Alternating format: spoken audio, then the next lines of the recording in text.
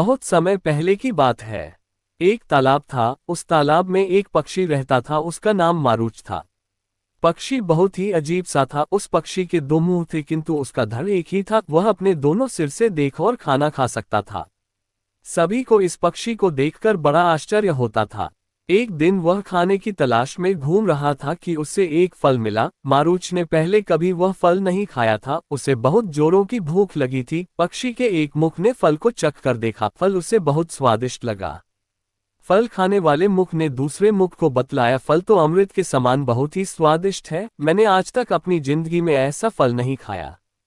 फल की प्रशंसा सुनकर मारूच के दूसरे मुख से रहा नहीं गया और वह बोला, अगर फल इतना स्वादिष्ट है तो थोड़ा सा मुझे भी चखाओ। इस फल की प्रशंसा सुनकर अब मुझसे रहा नहीं जा रहा है, मैं भी इस फल को चखना चाहता हूँ। पहला मुख दूसरे का उपहास करते हुए बोला, अरे भाई, तुम इसे चखकर क्या करोगे, हम दोनों का पेट तो एक ही है, मेरे खाने के बाद आखिर यह फल अपने पेट में ही जाएगा और इससे तुम्हें भी तृप्ति हो जाएगी।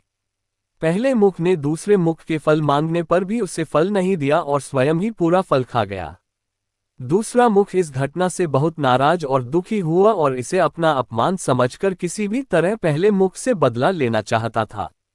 एक बार मारूच खाने की तलाश में कहीं घूम रहा था, तभी उसे एक अत्यंत जहरीला फल मिला। दूसरा मुख अपने अपमान का बदला लेना चाहता था।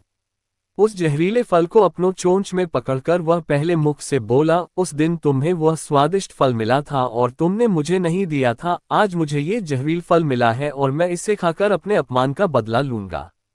पहला मुख इस बात से डर गया और बोला, पागल मत बनो, ऐसा मत करो, अगर इस फल को खाओगे मेरे साथ साथ तुम भी नहीं बचोगे। दूसरे मुख को पहले मुख की बातों का कोई असर नहीं हुआ और उसने अपने अपमान का बदला लेने के लिए वह जहरीला फल खा लिया। फल खाने के कुछ देर बाद वह दो मुंह वाला पक्षी मार गया।